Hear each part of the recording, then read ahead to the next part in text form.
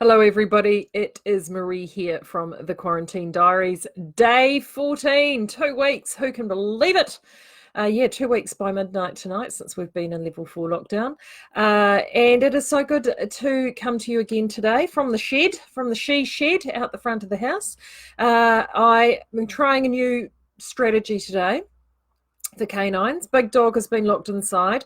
Little dog is on the mat, I think. I can't quite see him, but the door is open. So hopefully, uh, canine disruptions will be minimal. Well, here's hoping. The joys of working with animals and children, huh? So today, what I thought I would do today is talk to you a little bit about felting, both unintentional and intentional. Because let's face it, we have all had that moment where we've gone, especially when you've had young children or you've been busy, and you've gone and put that hand knit has got scooped up, ended up in the washing machine, and has come out looking so much smaller than what it was before it went in. We've all been there. I've been there multiple times. And what sort of inspired me to talk about this a little bit today was I suddenly thought, well, actually, you can salvage so many things because felting has been a form of creating fabric for thousands and thousands of years. And so I'm not going to talk about fibered or layered felting today. I'm going to specifically talk about stitched, knitted, or crocheted felting. And if you have had a disaster, how you salvage it, but also to some projects that you can do in felt, which are really, really fun, great for using up scraps, and also to a really good way to introduce your children or a new person into knitting or crochet, because when you felt something, it hides a multitude of sins. Felting is like putting that beautiful soft filter across everything and makes it all look fantastic. So if you are new to stitch crafts, and I mean, we all remember it, don't we? We all remember knitting that first or crocheting that first item, and she looks a bit wonky and there might be a few holes, and there could be knits where should be pearls and all of those sorts of things. If the item is going to get felted, it's like you just erase or blur everything and everything looks amazing. So that's what I thought I would talk about this morning. And also too, I'd mentioned in hot cross buns. I made hot cross buns yesterday. Have a look. I think it's on the page here and also over on our Instagram. I'll talk about those now and then we can get them out of the way.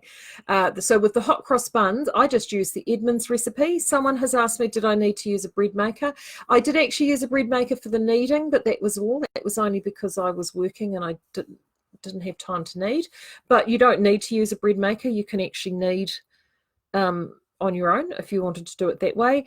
I did double proof though. The whole secret with any form of yeast or bread making is the proving. You do need to give yourself plenty of time to prove. So I had a really long proof time once it was all kneaded. Then I cut them all up and then I popped them out onto a tray, and then they had at least another hour proving on the tray again, which just sort of lifted them up a little bit. And I have to say, we got 8 from our recipe. I made them quite big, and we had, and there's 4 of us in the house, so we all had them for dessert, one each after dinner last night, and then we've got one each again today. So that was our hot cross bun journey. And yeah, as I said, just Edmonds cookbook. If you're actually tuning in from overseas and you're thinking, Marie, what is this Edmonds cookbook you speak of? Edmonds is a New Zealand company that used to make baking powder, and their cookbook is legendary in this country. But to be honest with you, you could probably either Yumly or Google any hot cross bun recipe, and you will find something there that will work for you. So that's what we did last night. So on to felting. And I'm going to start with this because I've been digging around. I mean, I tell you what, these quarantine diaries, the amount of digging around in the dark depths of my stash cupboards has been pretty legendary. It's like there are places that I've been in these cupboards that I haven't been to for years to find things. It is just as well I am a surprising hoarder on these things, as I've been amazed at what I have found. So I'm going to show you this because this was the first ever item that got felted, and oh boy, did I weep. upset me so much. It was one of the first little um, sweaters that I made for my son, our first boy, and I was so proud of it. It was the first time I'd used yeah, I'd gone off reservation with colour and tried different techniques for sleeves and all sorts of things. Like, it was the first time that I'd really done a lot of improvising on a pattern, and when it was completed, I'd done little hats and boots to match, and I was super, super proud of it. And then, at all one sleep deprived day when I was doing the laundry, I all got scooped up and biffed into the machine, and I'll never forget when I pulled it out, I wept. I wept. I was so heartbroken. So here it is. So that's it there. And as you can see, it's quite tiny. So this maroon yarn here is what is felted, and you can see that it's felted quite extensively. It was knit in a ribbing, which is the same there as the sleeves, and it's one of my favourite ribs. Did I do that in a ribbing? Yeah, I did. It's sort of a I call it cheats moss, and sorry, not ribbing, a moss. And anyway, it was all knitted in the same stitch. Now, as you can see, there's quite a big difference. So this portion here was knitted in a beautiful fine alpaca, like gorgeous fine alpaca, which I'd got in at the Knitters Factory shop, which then turned into skeins. So that was when I was still a customer and not working there.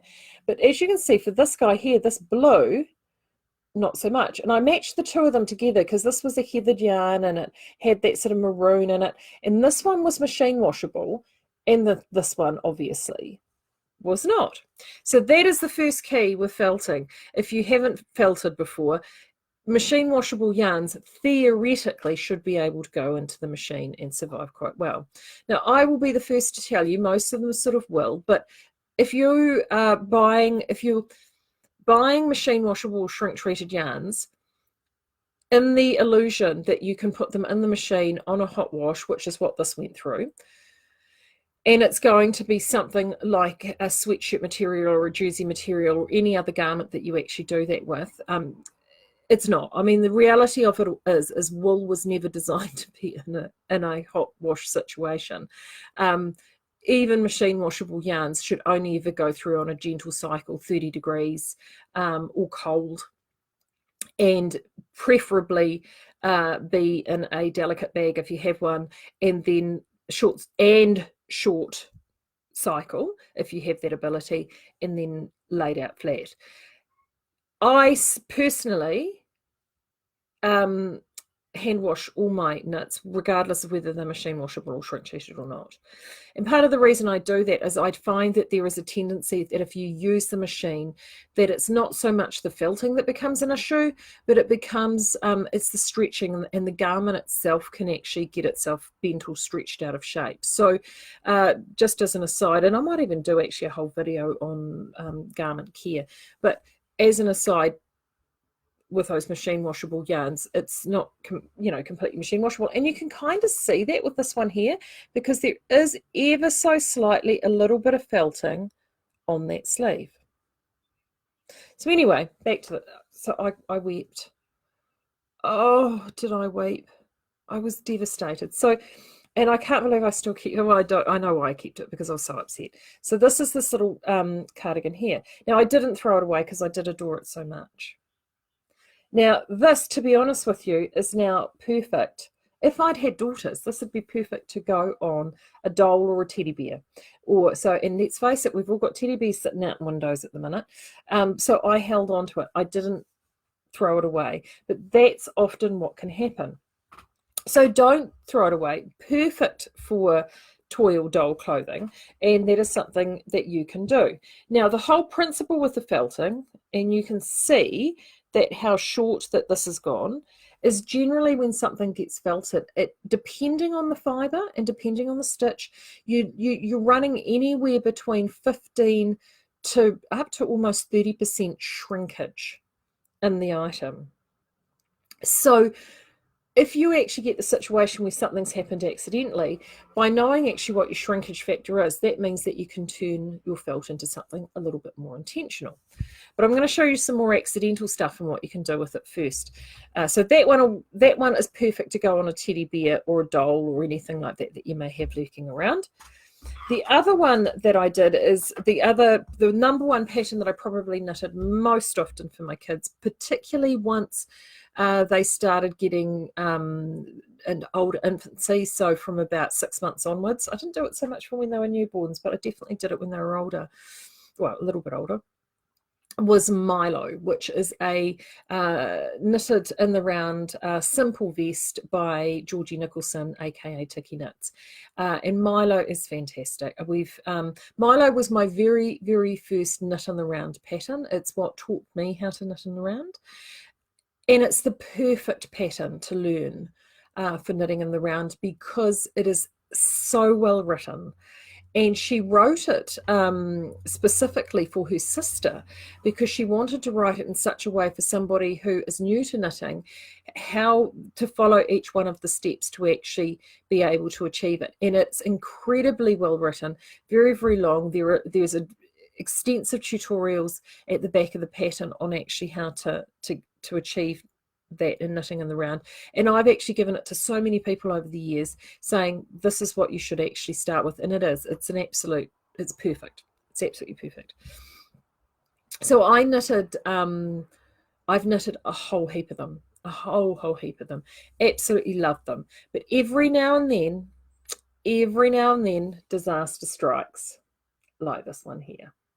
And this is a classic case. This is using I can't even think the yarn that I used in that. So obviously the top of the project is garter stitch, and it got felted. As you can see, I did it in stripes, and then I did the body in a variegated yarn, and all of these yarns were from us at Skeins. I've got a funny feeling the yarn for the top was a precursor yarn to what is now vintage. So it is DK, not machine washable, 100% wool. And the one below it was a random print that they had run through, and it was in, we'd had it in what was again then the Knitters Factory Shop. This will, predate Skeins. So anyway, out it comes, and I was like, oh, again, really annoyed. But that's all right, because what I did do is I sewed up the end. And this is the beautiful thing with Milo, is because of the way that it's designed, it automatically becomes a little bag.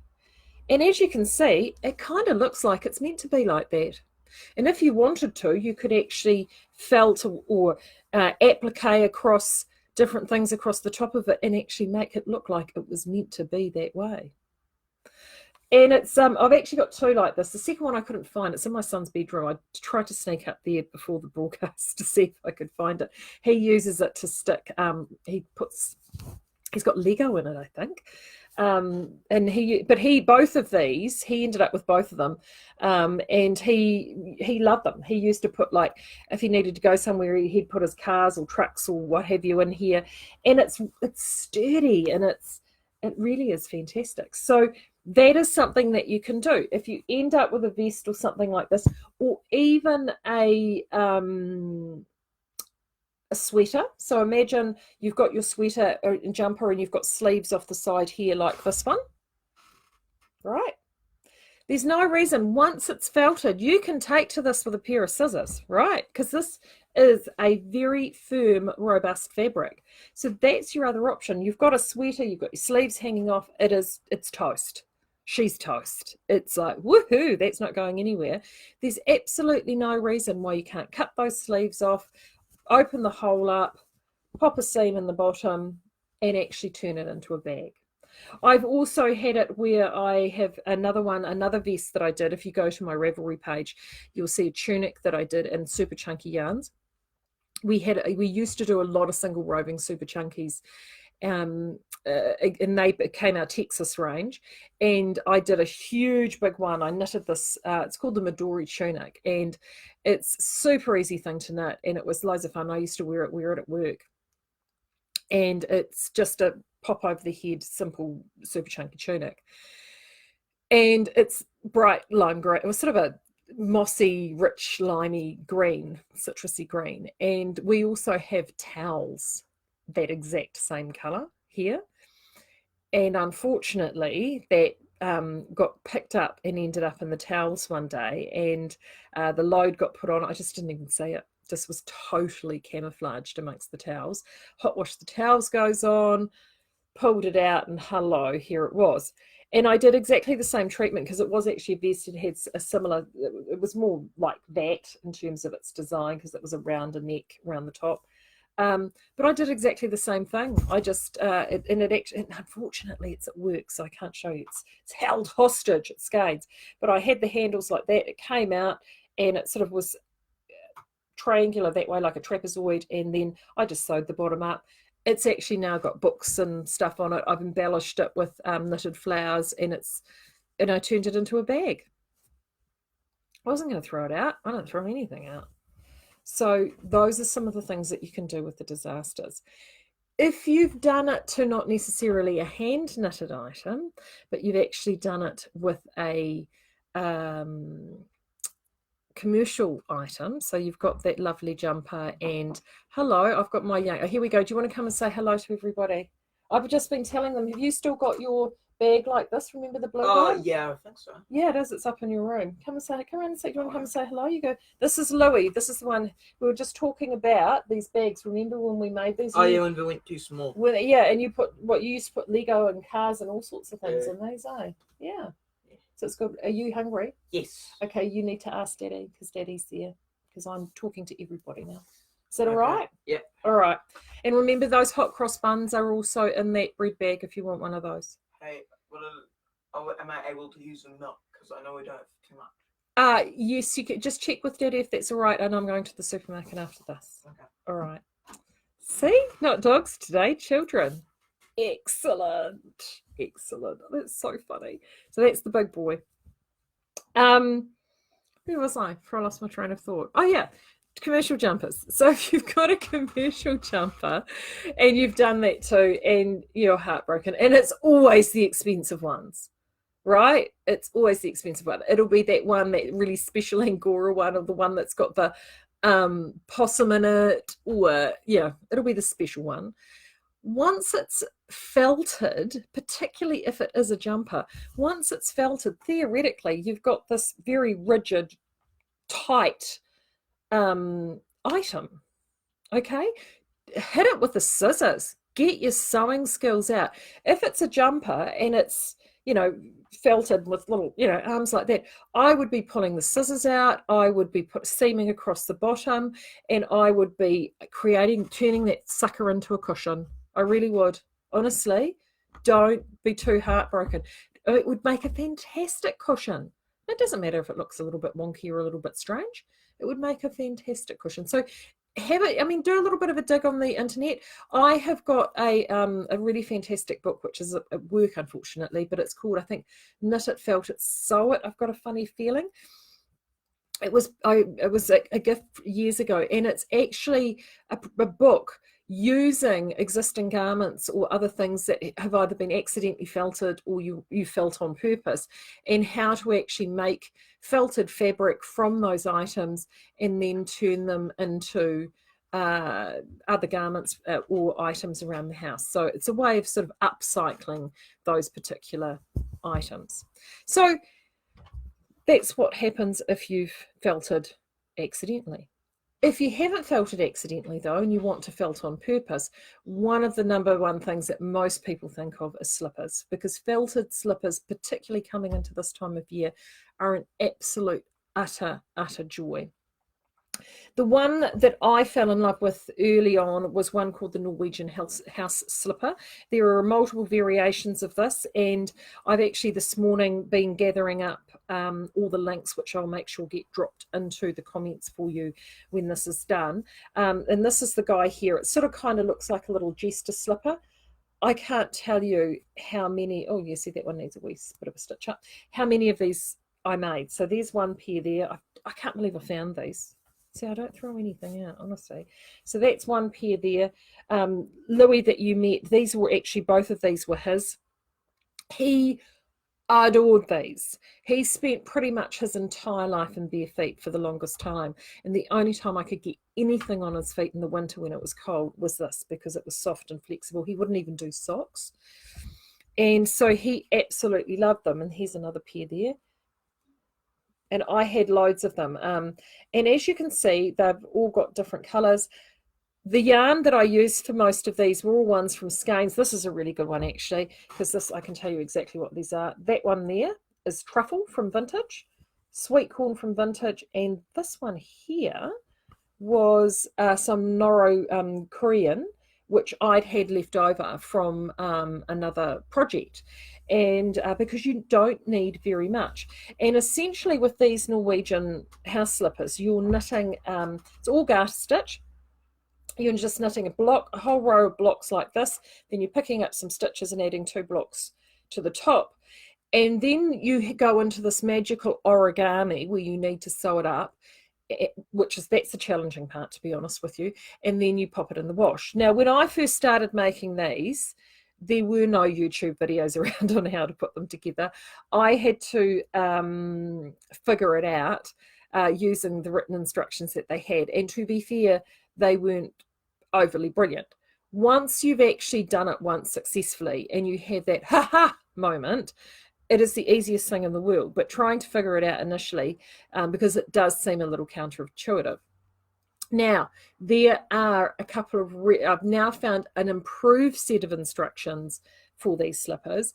I've also found a video which tells you how to fold them and pull them together as well. So I'm going to post both of those in the comments. This project is one that I've had on a handout sheet at Skeins now for pretty much our entire 10 years, may even be longer, because it's one that is the perfect project if you're teaching kids or someone in your household to knit.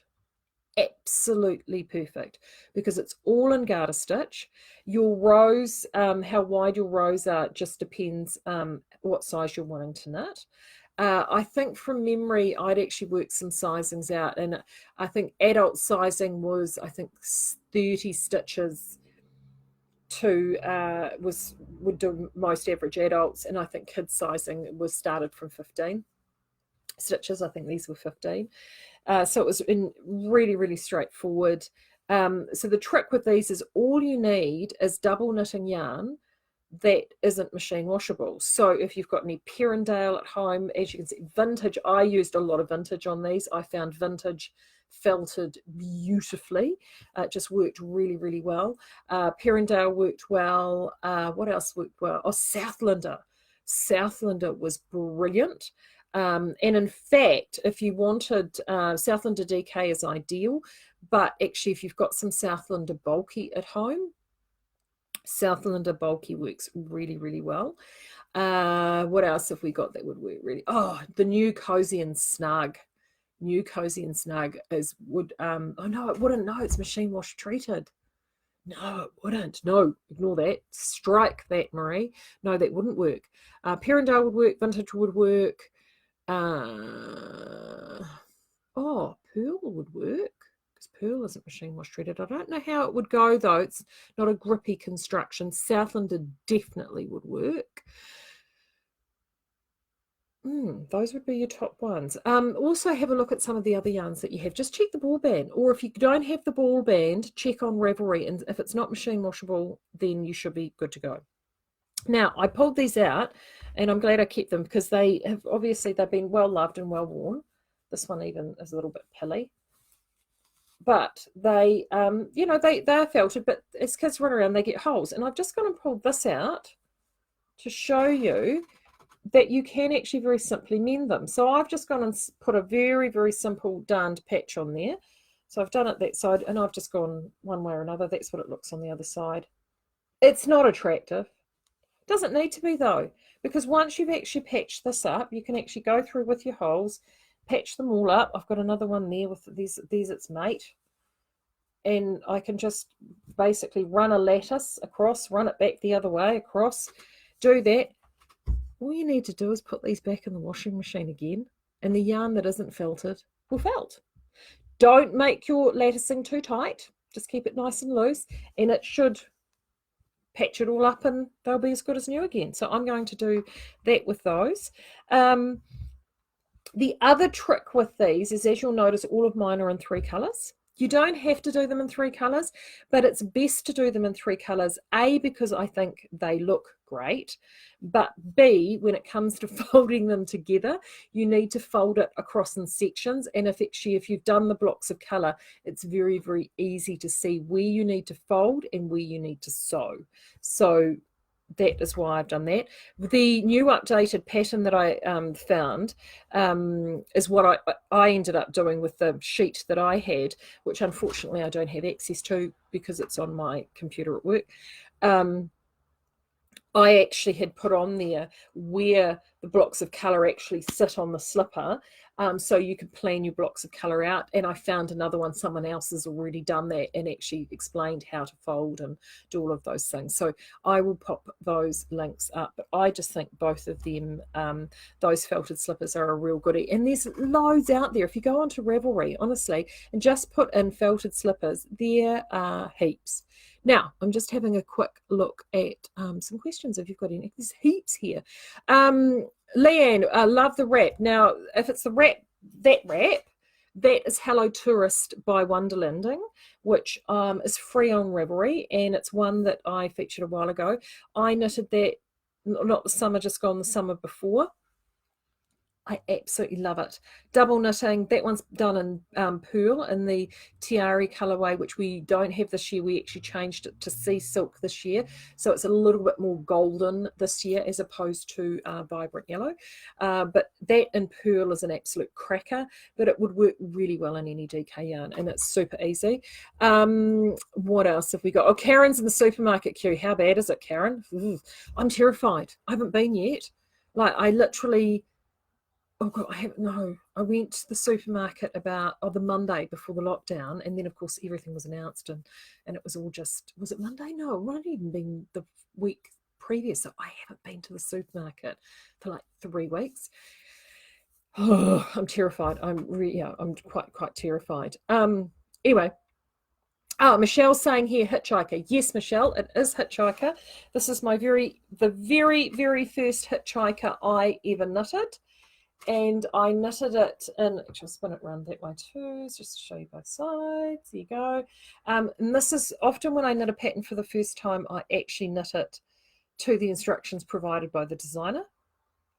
I know, so novel for me, but I do. So not always, but this particular time I did. So this is what it looks like as written by Martina. I used Regia sock yarn. This is a calf facet design colorway. It used 3 balls. In fact, I might have been a toothful too short because I ran out and I wasn't going to buy another ball just for a couple of teeth.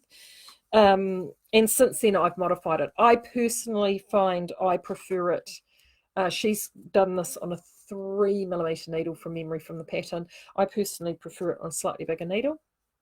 It's just a preference thing, but yes, that's what that is. So it's Hitchhiker, and everyone, oh gosh, everyone is chilling out this morning. Oh, Rhonda's saying your hair's looking good. Oh, thank you, Rhonda. I've actually decided to dispense with a hat today. And it was because I ended up being out here and doing so much more work, and then I suddenly realized I'd run out of time, so I just threw it up. Right, we're going to keep going. Oh, Delene, thank you. Southland, oh yeah, Ukatu. Yeah, Ukatu would work really well, Dee. Thank you for that. That's the Wool Company's Ukatu. That would work brilliantly in this. Yeah, and actually Ashfords as well. If you've got any Ashfords Tekapo at home, or the 12-ply or the 8-ply, the Ashfords would work cracking on this. And Ashfords and both Ukatu have those really lovely printed colorways, which often add just a little bit more interest than the solid blocks. So thanks guys for that. But I did jump on, I'll just show you this before, I did jump on and do a bit more research of take this concept and expand it into other things other than slippers.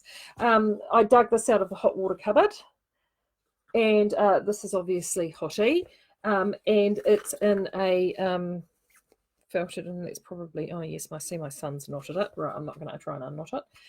I knitted this. This is a variegated yarn that we must have printed work, and I have double stranded it back with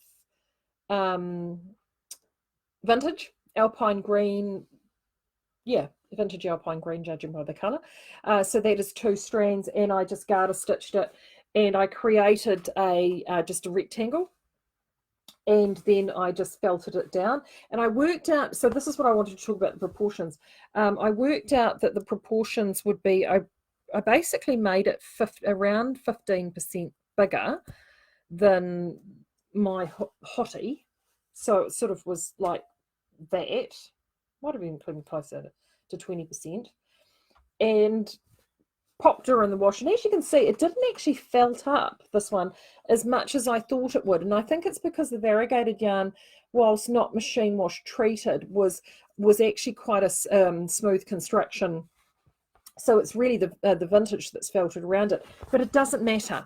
It's actually nice and thick and robust and sturdy. So that's another good option for you if you're looking for something to felt. And these felted hottie covers, as opposed to knitted hottie covers, from a protection perspective, I think are a wee bit safer. And they're also, from a warmth and cozy perspective, I think a lot better. So that's another idea that you can do.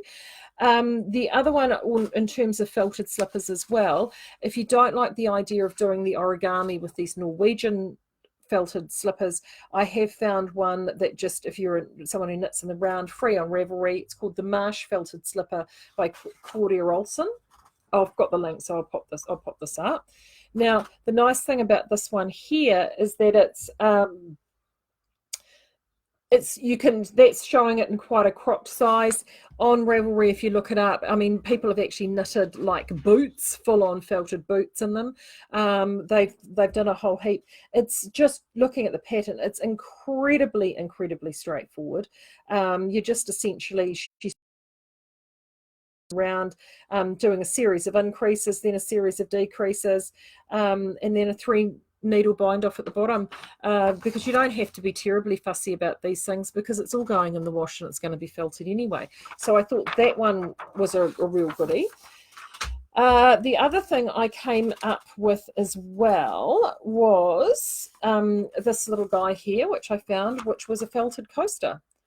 And that's super easy, because that's essentially just a square. So a garter stitch square.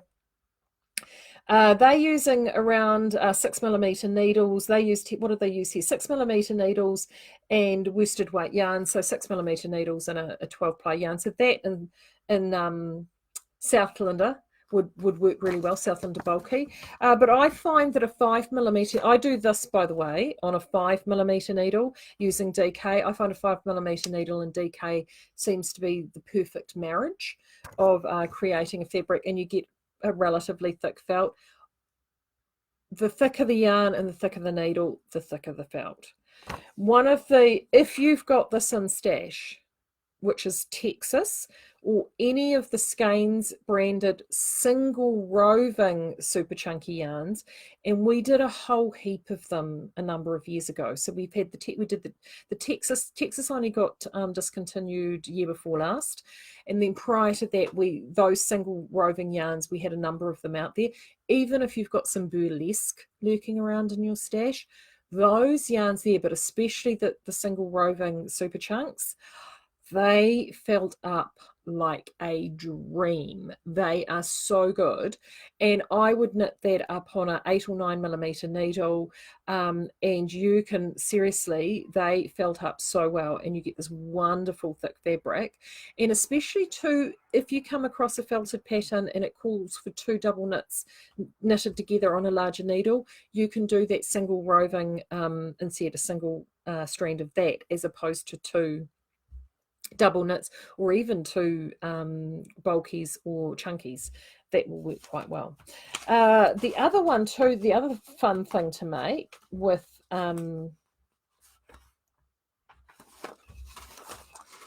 bowls. Now these ones are felted bowls. They've done this one in Knitting Technique. I don't know who designed it. Can't tell you. But again, I've got the link for this. I'll pop the link up. What's nice about these felted bowls, and they've essentially, this is just a knitted way. They've done it in worsted or super bulky, which is basically that Texas I talked about before, or Southlander. But they've done the worsted, so that would be like the Southlander bulky on an 8mm, and they've used a 10mm for the super chunk. What I like about these felted bowls is if you're a crocheter, doing little bowls, it's a very, very simple thing to do in crochet. So creating just a single crochet sort of circle and then sort of moving up the sides or creating a bowl or a pouch, right? Really straightforward in crochet. And single crochet is a lovely dense stitch anyway.